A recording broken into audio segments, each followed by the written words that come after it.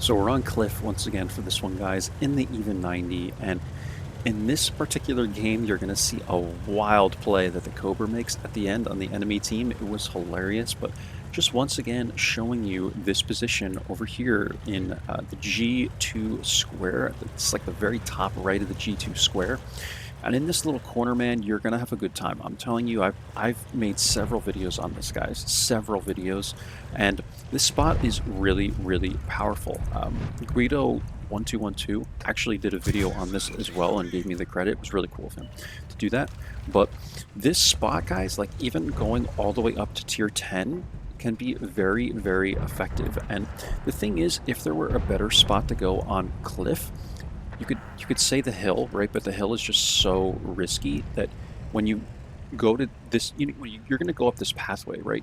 But when you go through here, right where the enemy team can kind of see you through that gap between the two mounds, you're going to get freaking wrecked right in the side, man. So to me, it's not worth it. Even in the even 90, I don't even try and go up there because it's hard to hit the even 90 going up there, but I don't even like to take that risk because once you're up there, if say like a Borisk on the enemy team goes up there, you can get clipped out literally in 2 shots, man. If he decides to load an HE clip or something like that, even if he just high rolls, I believe, 2 shots, you could be dead. Or, you have 50 HP left or something like that. Like here, look, I'm full HP, we're good, we're countering the 1-2-1. We have shots at the Super Conqueror if he's going to get aggressive here, and it's just a nice spot, man. Like I really truly think that this is one of the best spots you can go on Cliff from the south spawn. I don't think it's worth it to go anywhere else, especially in a tank like the even 90 that can't do jack shit against anything else, right? Like it has the worst DPM,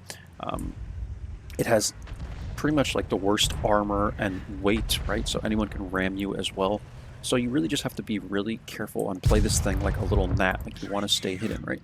I'm going to get a couple shots into the Super Conqueror. That one actually misses. The gun sucks on the even 90 as well, but we get one into him. The damage per shot actually is really the only thing that's decent, I guess, on the even 90, but then again, you have tanks like the Hawk 30 that do like, what, 240 a shell? So it's, like this tank just is garbage for anything but spotting. So that's why I'm really emphasizing this spot in this particular vehicle, guys. Standard B is over here. I'm kind of trying to get creative here in getting an angle on the standard B, and I'm like, I don't think this is going to work, man. Like, I just can't get the gun depression. I'd like to try and hit him here, and then I get really risky here, and I'm trying to knock over this tree. But I think I literally actually hit it there, and I couldn't knock it over. Then I miss it there as well, and I'm just like, screw it, man. It's not worth it. The standard B is poking out again. I don't want to get lit and get hit by people over here. So we lost this game, right? But I want to show you guys, like, I'm going to start fast forwarding so you can see what I'm doing here. Just keeping an eye on the standard B, right? Eventually, I do decide to shoot this guy, because what happens is the JP is starting to push here. I'm going to get 3 into this guy, actually, and track him. I'm trying to track him. And then I'm going to get here before the Super Conqueror can have a shot into me. But the JP over here is starting to push, and the Progetto is starting to push. I want to take these shots on the standard B before the people that are pushing the east get to, a spot where they have the render range to shoot me, right? So now the Cobra starts pushing in. And watch what I'm going to do. I'm going to come down into this little pocket and watch the Cobra, guys. Watch what the Cobra does here. He's obviously going to try and jump down onto me, but watch, I kind of fool him here. I'm going to cut back like this. He goes over me because his tank is so big, and he doesn't have the gun depression to get down, so he just shoots basically like the rock there. I hit him 3 times, and then he falls down, right? And the CC's trying to get the right angle on me. You could see like the way the rock is, these guys just don't have the shots. Eventually, this medium over here, I forget what it was, the 1-2-1 or something like that, comes up over this way, and he's able to get the shots into me. Dude has 6 kills already, man. Like, my goodness gracious. But I'm able to get 2 into him as well, and then we end up losing the game. But look at my spotting, guys. We're at 3K spotting because we were keeping all these guys lit over here. And now we've lost this side of the map too, and we're keeping everybody lit over here. And this is your standard game. This is your average game. This is the type of game that you're likely going to get into, right? So 1-2-1 hits me here. I'm going to hit this guy twice, and then I'm going to end up going down. The reload is really, like, I couldn't believe the reload on the 1-2-1, man. Like, it seemed, this guy must be running, like, rammer, rations, like everything, because that was a very quick reload. But we're able to get 2 shots into him there, or maybe, no, it was 2. And that's all we could do, right, guys? But look, we did almost 6,000 combined in this game, and it was a loss within 5 minutes. So this is why I, once again, just want to, it's a short video, but I want to emphasize this position one more time to you guys and show you how powerful it can be. Super Conqueror comes in with a nice ram there. That was a good shot, too, by the Artie, man. And then the Artie ends up getting cleaned up. And, yeah, man, our team just wasn't that great.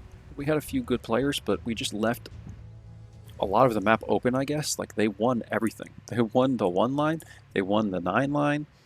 We didn't even ever win, like, the middle of this map either. Like, we just lost everything. And when you give a team the entire map, I've explained on Cliff kind of how these zones work, right? Like, this zone 2 area, like, if you lose this upper ground, man, everything's going to get lit in here. Like, there's just nowhere to go. Once you start losing map on Cliff, on some maps, you can manage and there's places to go. On Cliff, like, there is nowhere to run and there's nowhere to hide, ever.